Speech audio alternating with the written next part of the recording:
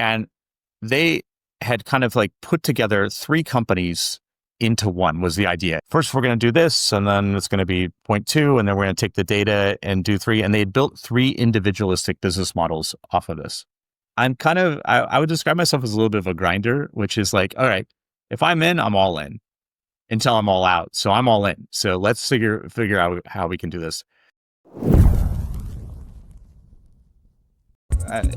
It became very apparent that like two of those three things were so fanciful that they were never, ever going to generate $1 of revenue. And so I think it really what became a recast of not just the expectations of business, but how do we take these two other companies that they had bought, and my job was actually to integrate them all together and turn it into one single business model.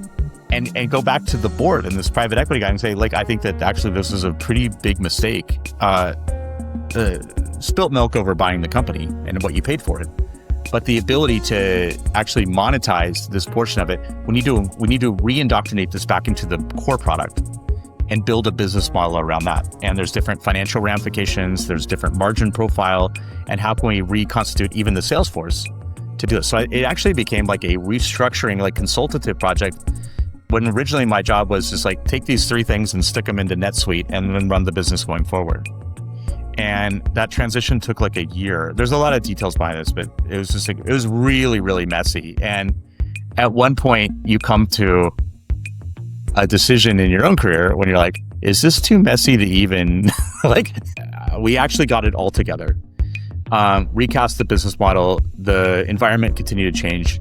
We did a couple of acquisitions that I think kind of like saved or course corrected the company that kind of plugged in other pieces of technology.